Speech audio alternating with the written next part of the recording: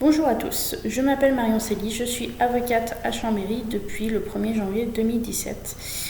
Ayant fait mes études à Chambéry, on m'a demandé, et ayant été lauréate du concours d'éloquence Antoine Favre, on m'a demandé de vous faire cette petite vidéo au format libre sur un sujet de mon choix. J'ai décidé de vous parler de l'évolution de la profession d'avocat. En effet, on constate que de plus en plus de jeunes avocats abandonnent la profession au bout de 4-5 ans pour en général prendre un métier, une profession de juriste, voire complètement changer de branche et de domaine d'activité. Ça a failli être mon cas puisque j'ai failli accepter un poste de juriste pour une caisse de sécurité sociale. J'ai finalement décidé de refuser ce poste. Je n'ai pas été au bout du recrutement, préférant m'accrocher à la profession d'avocat, mais en gardant un recul qui a été nécessaire par rapport à ce que je pensais être cette profession et ce qui, au final, est cette profession aujourd'hui. On vit aujourd'hui une époque charnière entre l'avocat d'avant et l'avocat de demain. Il y a énormément de réformes qui sont en cours. On a beaucoup de mal encore à se placer pour répondre aux exigences des clients et pour prendre notre part dans la démocratie actuelle et même parfois dans la justice telle qu'elle est aujourd'hui. L'avocat d'avant, c'est une image qu'on a tous, Robert Badinter, ses grandes voix, ces grands plaideurs qui prenaient la robe et qui allaient défendre des causes nobles, et puis aussi la veuve et l'orphelin. Aujourd'hui, l'avocat, ce n'est plus que ça. Déjà, ce serait très réducteur de penser que l'avocat n'est que pénaliste. Il y a maintenant de plus en plus d'avocats d'affaires. Et l'avocat d'affaires, il y en a certains qui n'ont pas de robe, qui ne vont jamais plaider.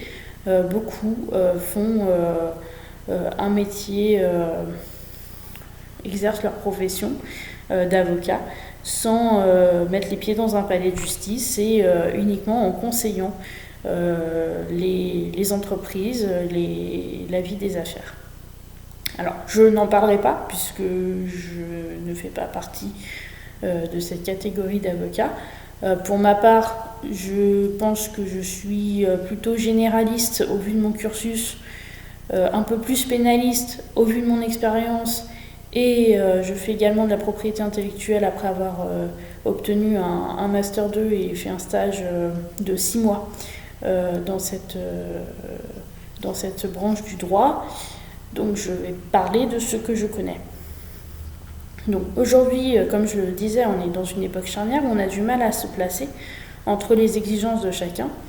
Et l'époque de l'avocat avec sa robe dans les palais de justice, qui gagne très bien sa vie parce qu'il ne faut pas se cacher, c'est aussi le nerf de la guerre, cette époque, elle est révolue.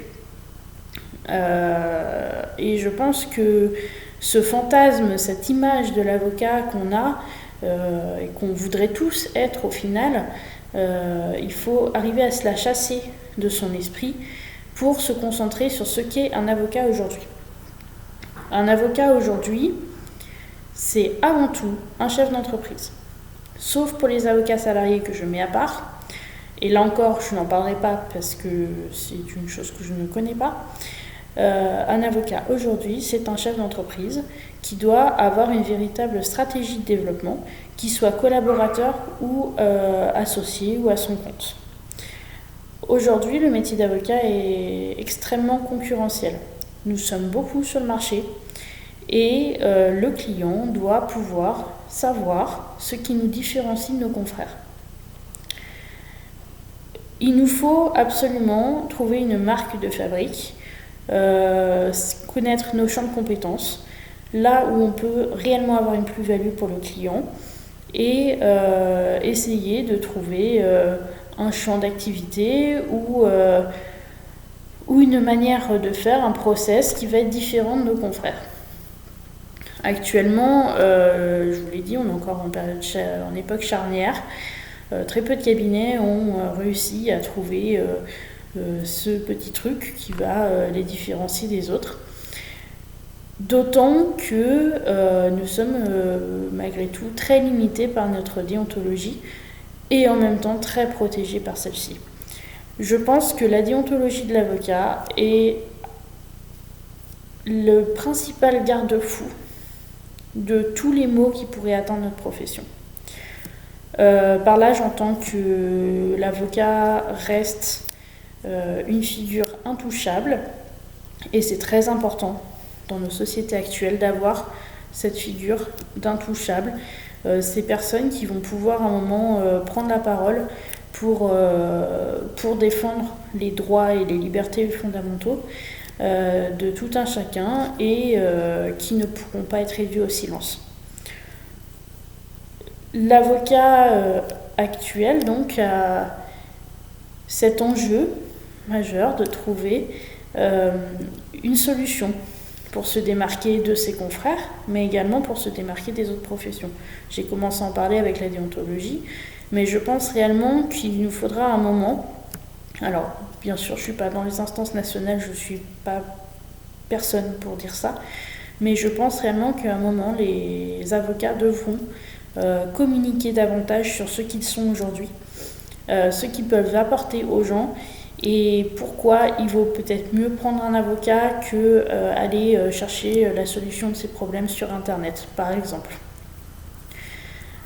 Donc l'avocat aujourd'hui, il a un gros travail de communication à faire, alors que ce soit au niveau des instances nationales ou au niveau des barreaux ou même au niveau individuel. Un avocat doit se faire connaître et pour ça, il doit communiquer. Et c'est là que c'est très compliqué. C'est très compliqué parce que si à la fac, on nous apprend à faire du droit, si par la suite, on apprend par des concours comme celui de l'éloquence Antoine Fabre, si on nous apprend à parler en public, on ne nous apprend pas forcément à communiquer sur qui on est, ce qu'on fait, et comment on le fait, et combien ça vaut. Le nerf de la guerre, je vous l'ai dit, il est aussi économique.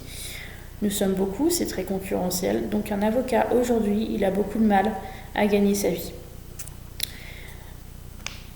Je sais que certains avocats d'affaires gagnent très très bien leur vie, mais ce n'est pas, au final, la majorité des avocats. Un jeune avocat, aujourd'hui, peine parfois à gagner un SMIC.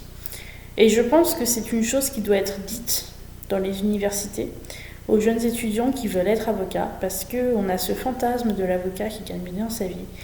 Et au final, je pense que ça en décourage plus d'un de se rendre compte qu'au final, on a beaucoup de mal à joindre les deux bouts, que ça demande énormément d'efforts, que ça demande du temps pour faire une clientèle.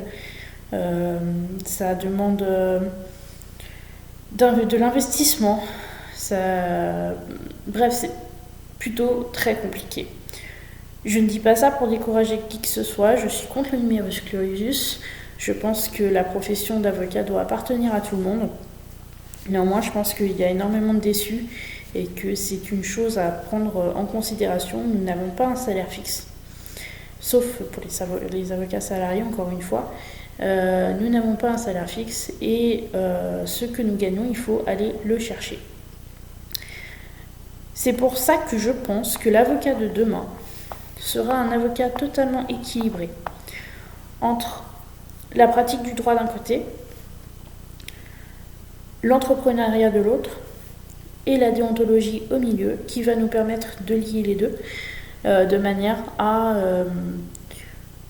pouvoir être un avocat complet au service de ses clients, au service de la société et aussi un petit peu au service de soi-même et de sa famille. Voilà, c'est un constat que je fais, les solutions je ne les ai pas. Je vois des choses qui se font, j'essaye de me tenir informée de ce qui peut se faire. Je pense que la période que nous traversons est aussi propice au questionnement. Pour la première fois aujourd'hui, je me voilà en train de parler à mon ordinateur. C'est un exercice compliqué. Nous sommes obligés de plaider avec des masques. C'est également un exercice très compliqué puisque l'expression des visages ne se voit pas avec un masque et que dans certaines plaidoiries, les émotions passent à travers le visage et dans certaines plaidoiries, l'émotion est plus que nécessaire. Donc il va falloir s'adapter.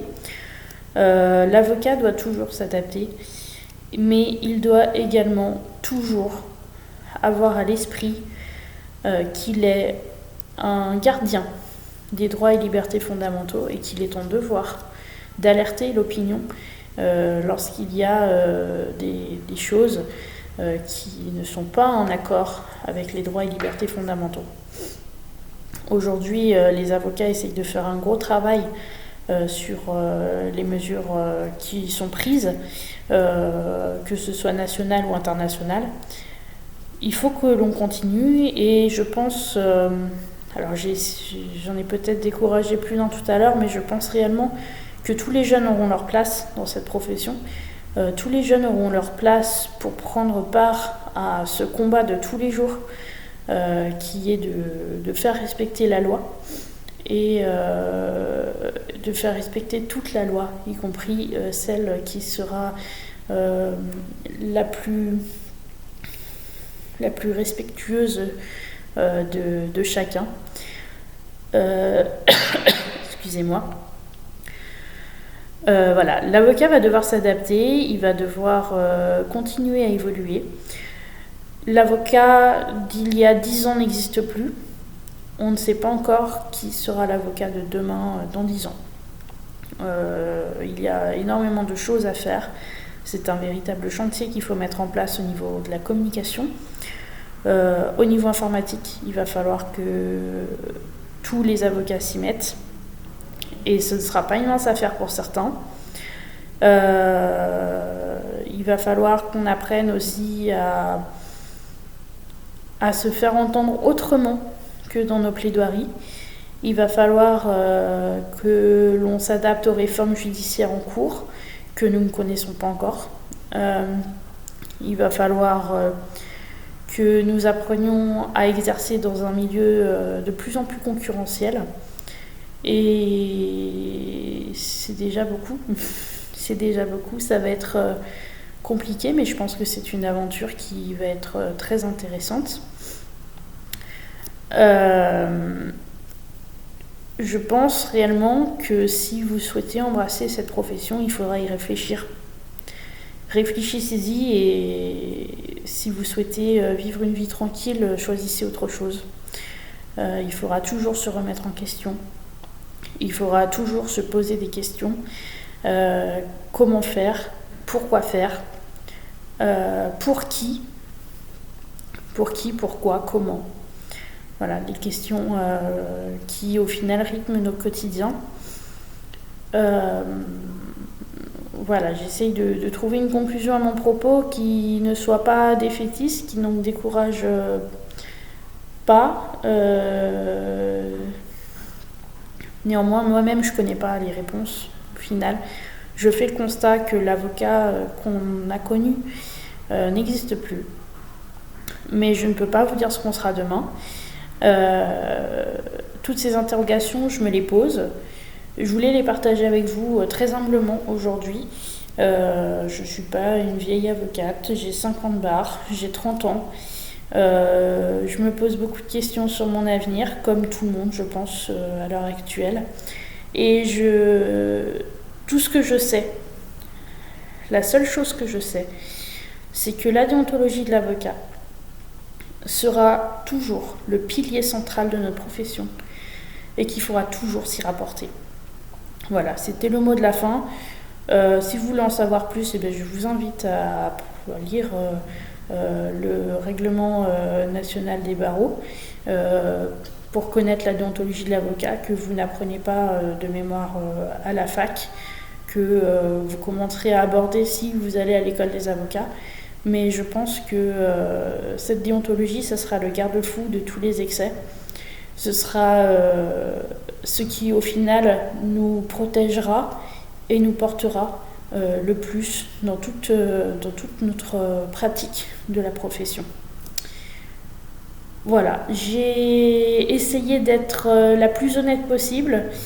J'avais très peu de notes pour mon propos. Je voulais vraiment vous parler à cœur ouvert de cette profession et des questions que soulève la situation actuelle.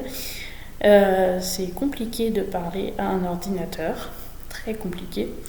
Voilà, vous m'excuserez pour mes hésitations et j'espère néanmoins que ce petit propos vous sera utile.